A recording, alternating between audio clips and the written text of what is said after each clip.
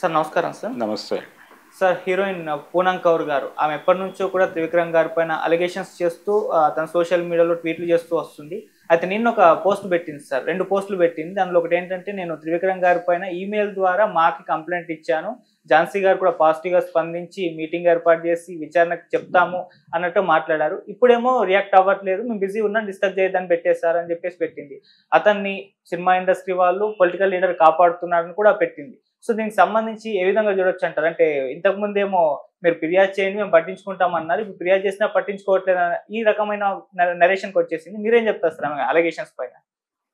అంటే కొంతకాలం వాళ్ళతో ట్రావెల్ అయినటువంటి హిస్టరీ ఉంది తనకి అనేది ఎస్టాబ్లిష్ చేసే ప్రయత్నం చేసింది ఆవిడ. ఇది ఈ రోజు మొదలైన గొడవ కాదు. అవును. ఇది దాదాపుగా 10 ఏళ్ల పైన చరిత్ర ఉన్నటువంటి కథ ఇది.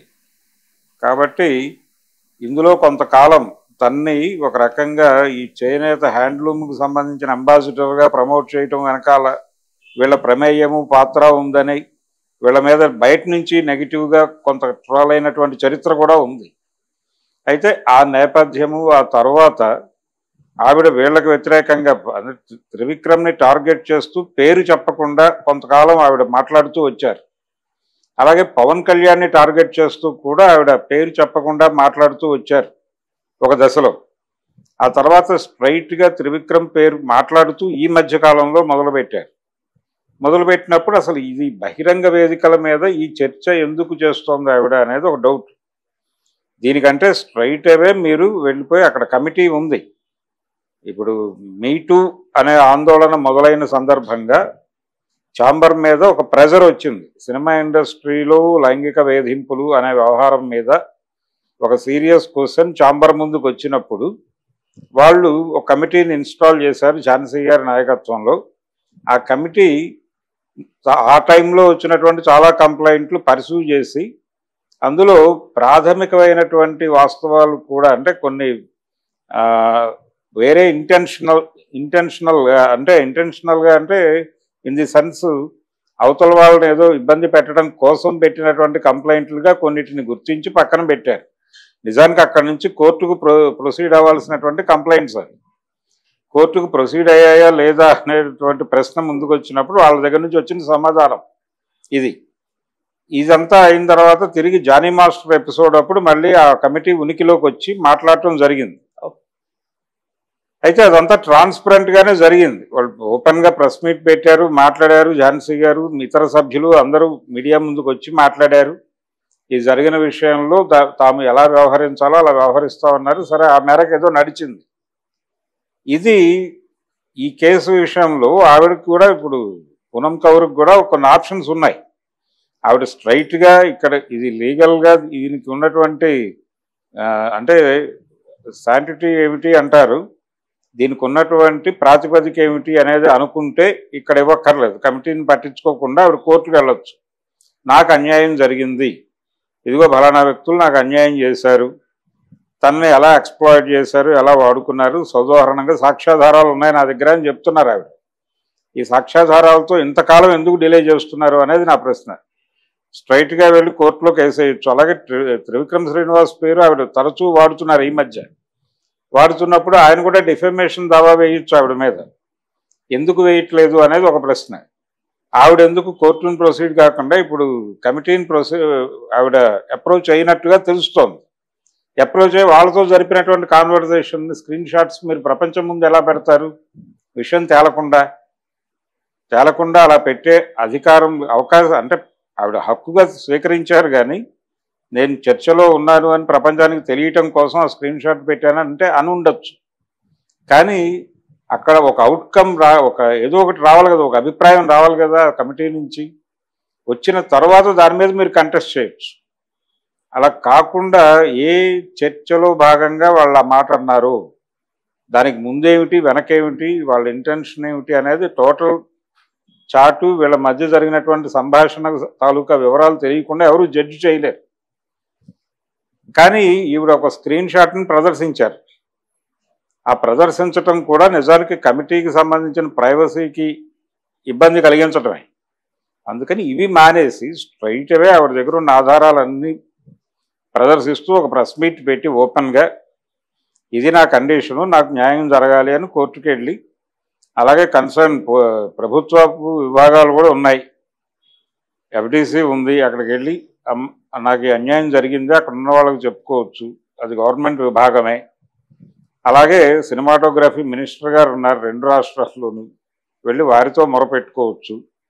అక్కడి నుంచి వెళ్ళి స్ట్రైట్గా ఆ కోర్టులో వేసుకోవచ్చు. ఆ తర్వాత కమిటీ దగ్గరికి వెళ్తారా లేదా అనేది వేరే గొడవ. కమిటీలో ప్రూవ్ అయినా లేకపోయినా, లేదు ఛాంబర్ దగ్గరికి వెళ్ళి ఆవిడ ఏదైనా కార్యక్రమం తీసుకోవచ్చు, వాళ్ళ మీద చర్యలు తీసుకోమని. ఇలా ఏదో ఒక యాక్టివిటీ ఉండాలి కదా. యాక్టివిటీ లేకుండా అప్పుడప్పుడు ఇలా మీడియాలో ట్వీట్ల రూపంలో అటాక్స్ చేయటం దేనికోసం చేస్తున్నారు అనేది ప్రజల్లో ఇంకొక అభిప్రాయం కలిగించేలాగా వెళ్తుంది. ఇది ఇంతకాలం సుదీర్ఘంగా సాగటం వల్ల ఆవిడేదో ఎక్స్పెక్ట్ చేస్తోంది వాళ్ళ దగ్గర నుంచి, వాళ్ళు దానికి అంగీకరించడం లేదు, అందుకని ఈవిడ సాగతీస్తున్నారు అనే అభిప్రాయం. అంటే ఇది ఒక బ్లాక్మెయిలింగ్గా ప్రజల దృష్టిలోకి పెడితే ఇబ్బంది, నిజంగా తను సఫరర్ అయి ఉంటే. అందుకని ఇది మానేయాలి, ఈ యాక్టివిటీ మానేసి ఆవిడ దగ్గర ఉన్నటువంటి ఆధారాలు స్ట్రైట్ అవే పట్టుకెళ్ళి సినిమా ఇండస్ట్రీ పెద్దలను కూర్చోబెట్టి నాకు న్యాయం జరగాలని అక్కడ కూర్చుంటే జరుగుతుంది కదా. వాళ్ళు చేయము అని అనట్లేదు కదా. కాపాడుతున్నారని పెట్టింది ఇండస్ట్రీ పెద్దలు, పొలిటికల్ లీడర్ కాపాడుతున్నారు అన్నట్టుగా పొలిటికల్ లీడర్స్, త్రివిక్రమ్ని పొలిటికల్ లీడర్స్ కాపాడుతున్నారు అనేది మీ ఎలిగేషను. ఆ పొలిటికల్ లీడర్ ఎవరో కాదు, పవన్ కళ్యాణ్. ఓపెన్ గానే మాట్లాడొచ్చు ఆవిడ. ఆయన ప్రస్తుతం ప్రభుత్వంలో భాగస్వామిగా ఉన్నాడు కాబట్టి అటు నుంచి కంట్రోల్ చేస్తున్నారు. ఆయనకు వ్యతిరేకంగా వెళ్ళడం ఇబ్బంది కాబట్టి ఇండస్ట్రీ పెద్దలు కూడా దీన్ని ఎంటర్టైన్ చేయటం లేదు, అందుకని కమిటీ కూడా దీన్ని తీసుకోవటం లేదు, అందుకని స్క్రీన్ షాట్ పెడుతున్నాను. ఇదే ఆవిడ ఆర్గ్యుమెంట్.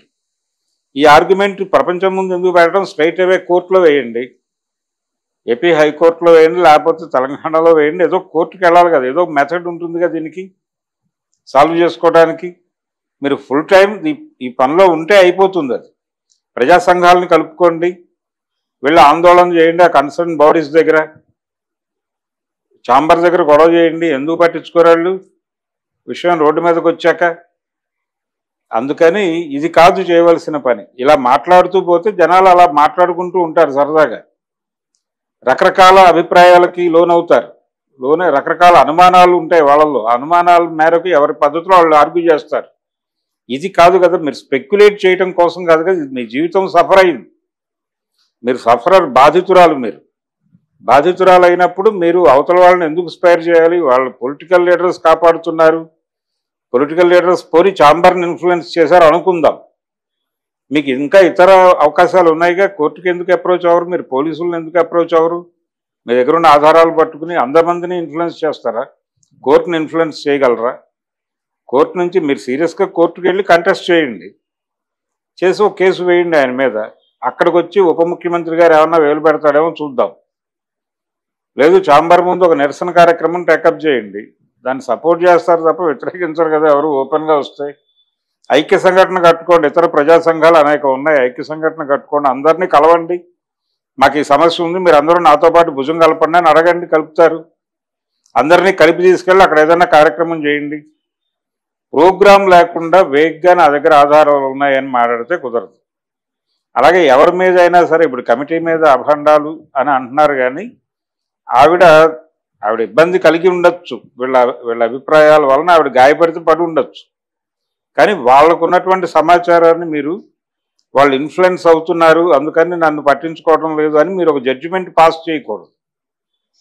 ఫైట్ చేయండి వెళ్ళి, ఇదిగో నా దగ్గర ఈ ఆధారాలు ఉన్నాయని వాళ్ళకి చూపించారా, చూపించిన తర్వాత వాళ్ళు డినై చేశారా, ఇది కూడా ప్రపంచానికి తెలియాలిగా. అసలు ప్రపంచానికి రోజువారీ కమ్యూనికేషన్ ఎందుకు ఇస్తున్నారు మీరు? ట్విట్టర్ ద్వారా లేకపోతే మరొక మాధ్యమం ద్వారా ఎందుకు ఎంటర్ అవ్వాలి మీరు?